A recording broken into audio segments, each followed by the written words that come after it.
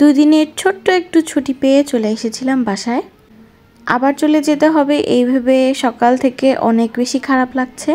বাইরে এসে দেখি আন্টি এই শাকগুলো তুলছে। এই শাকগুলো নাকি ভর্তা খাওয়া যায়, কিছুটা টকটক লাগে, খেতেও বেশ মজা। তো আমিও কিছুক্ষণ আন্টিকে শাক তুলে দিতে সাহায্য করছিলাম। আমি এই শাকগুলো কখনো খাইনি, কেমন লাগে সেটাও জানি না।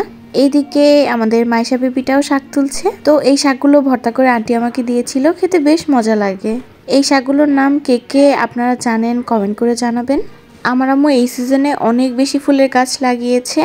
তো শীত চলে যাওয়াতে গাছগুলো কিছুটা মরে মরেও গিয়েছে। আমি একটু একটু করে ভিডিও ক্লিপ নিচ্ছিলাম। এই গাছগুলো দেখতে কিন্তু অনেক ভালো লাগে। এদিকে অনেক সুন্দর লাউয়ের ডোগাও হয়েছে। এই শাকগুলো খেতেও মজা। আমাদের পাশে বাসায় মিনির আজ 2টা ছোট্ট ছোট্ট বাচ্চা হয়েছে। একটা বাচ্চা হওয়ার পরই মারা গিয়েছে। এই তো আরো একটা বাচ্চা। এই ছোট বাচ্চাগুলোকে দেখতে এত কিউট লাগে। এমন কোনো জিনিস নেই যেটায় আমার আম্মু গাছ লাগায় না। তো একটা মুখ ভেঙে গিয়েছিল, সেটাতেও আমার আম্মু একটা মানি প্ল্যান্ট লাগিয়েছে। গাছটা মাশাআল্লাহ অনেক সুন্দর হয়ে বড় হচ্ছে।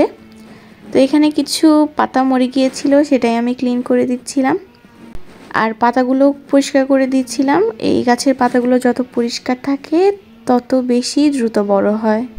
আর এই মানি প্ল্যান্টটা লাগিয়েছে একটা ভাঙা জগে। এই গাছটাও এতটাই ঝোপালো হয়েছে, দেখতে মাশাআল্লাহ অনেক সুন্দর। বারান্দায় রেখে দিলে এর উপর যখন এসে রোদ পড়ে দেখতে কিন্তু অনেক বেশি সুন্দর লাগে। তো এটার আগাছাগুলো আমি পরিষ্কার করে দিচ্ছিলাম আর পাতাগুলো ক্লিন করছিলাম। বারান্দায় ছোট্ট একটা সিমের গাছ লাগিয়েছে। এই গাছে আবার 2টা সিমও এসেছে, আরও আসবে সামনে ইনশাআল্লাহ। তো আম্মুকে বলছিলাম এত ছোট গাছে সিম কিভাবে আসলো, কিভাবে লাগিয়েছো তুমি এটা? কাজ করতে করতে দেখি আমার ছোট ভাইটাও মাদ্রাসা থেকে চলে এসেছে। সবাই ওর জন্য দোয়া করবেন।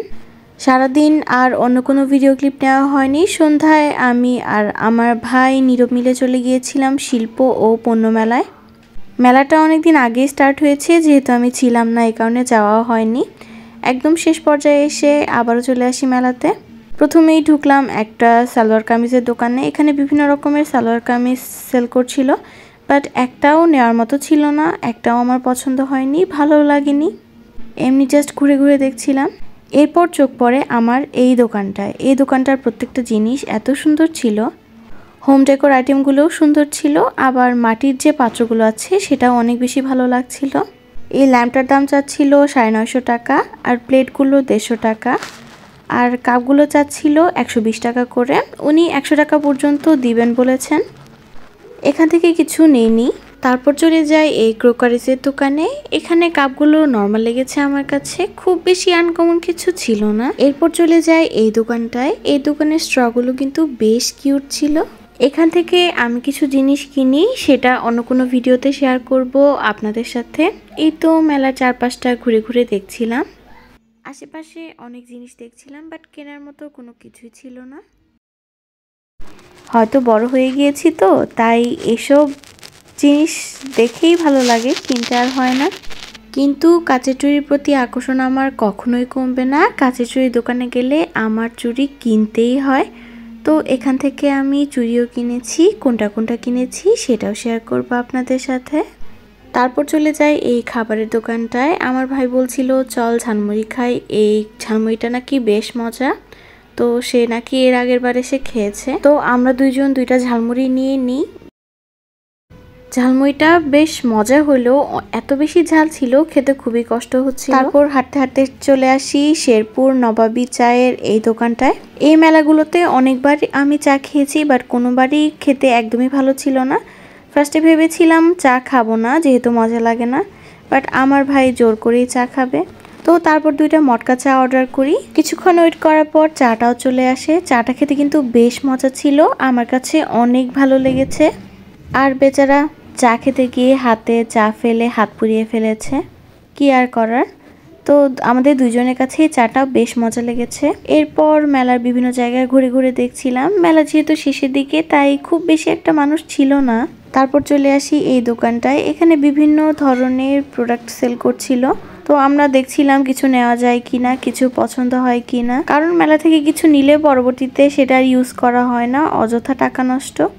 তো আমার ভাই বলল এখান থেকে মগ দেখা যাক, যদি কোনোটা পছন্দ হয়। এখান থেকে আমরা পছন্দ অনুযায়ী একটা মগও নিয়ে নেই। আসার আগে ভেবেছিলাম কিছু কিনবো না মেলা থেকে, কিন্তু না, একটার পর একটা জিনিস পছন্দই হয়ে যাচ্ছিল। তারপর আবার চলে আসি অন্য একটি মাটির হাঁড়ির পাতিলের দোকানে। শুধু হাঁড়ি পাতিল না, এখানে প্লেট, গ্লাস, মগ, কাপ সবকিছুই সেল করছিল। বাট আমি যেহেতু অনেকদিন যাবতই এই বাটনাটা খুঁজছিলাম, হঠাৎ করে এটাই আমার চোখ পড়ে আর এটা নিয়েই আমি চলে আসি।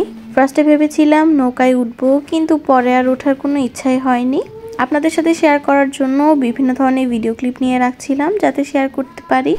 বিভিন্ন ধরনের রাইড দেখে আমার ছোট ভাইটার কথা মনে পড়ছিল, কিন্তু ও যেহেতু মাদ্রাসায় ছিল তাই আর ওকে নিয়ে আসতে পারিনি। মেলাটা একদমই ফাঁকা ছিল তো তাই খুব একটা ভালো লাগছিল না।